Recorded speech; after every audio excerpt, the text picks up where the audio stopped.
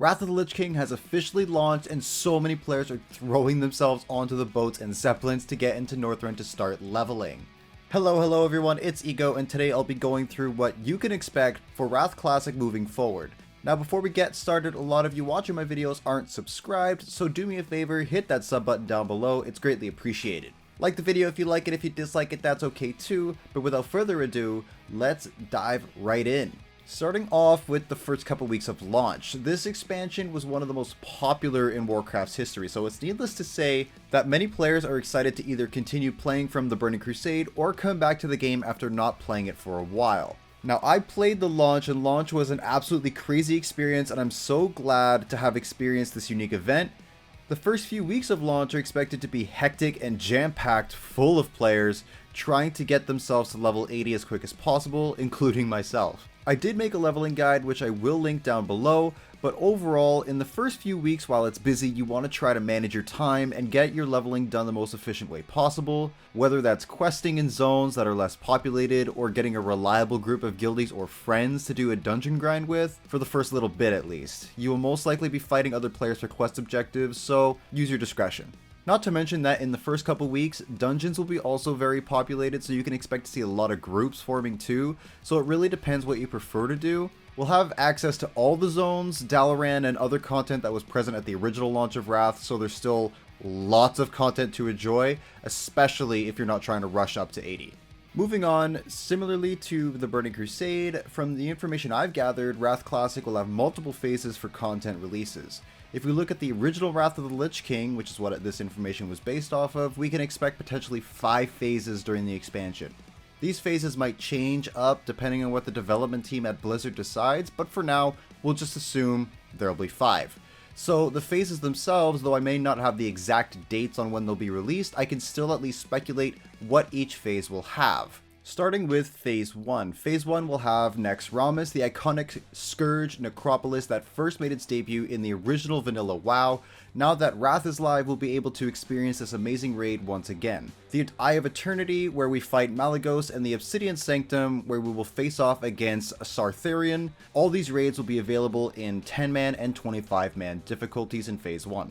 Next up is Phase 2, which will be Ulduar, located in the Storm Peaks. This area also serves as the prison of the famous old god Yogg-Saron. This raid will also be available to players in 10 and 25-man difficulty, and I am so looking forward to diving back into this one. Phase 3 will have some of my personal favorites, such as Trial of the Crusader, which has 5 total encounters in it. We will also have a reboot of Onyxia's Lair, an iconic vanilla WoW raid that I absolutely enjoyed that made a reappearance in Wrath of the Lich King. And then, of course, the Argent Tournament will also come in Phase 3. The raids, as with all raids in Wrath, will also again have a 10-man and 25-man difficulty.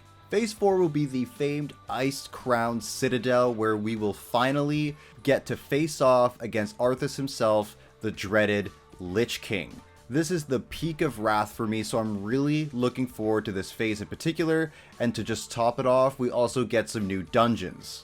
Now, if all is according to plan, Phase 5 is finishing off Wrath, and we finish with the Ruby Sanctum, the Sanctum of the Red Dragonflight. There, we will fight the Twilight Dragon Halion along with other bosses. These again are available in 10-man and 25-man difficulty. Now, keep in mind, like I said, this may change, all these phases may change, but that's what I expect to release for each phase. Needless to say, there's lots to come regardless. Speaking of lots to come, there's more. We've got also some new PvP content coming in Wrath of the Lich King.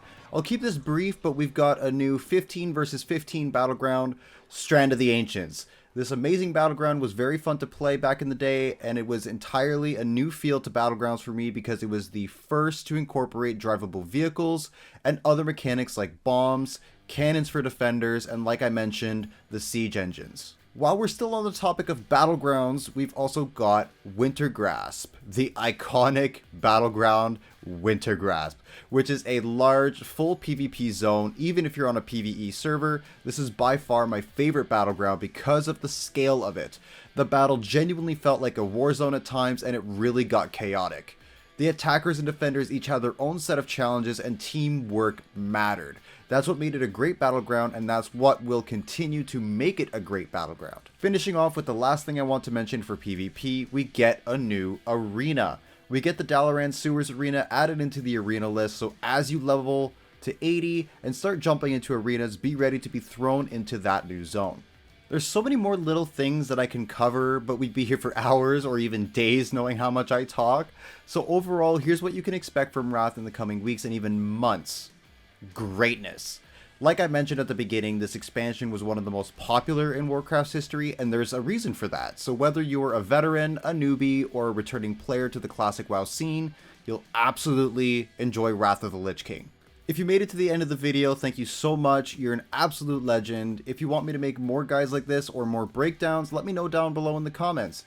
Don't forget to also subscribe to the channel if you like the content. It really does help the channel grow. As always, everyone, it's a pleasure making these videos. Thank you so much for watching, and I'll see you in the next video.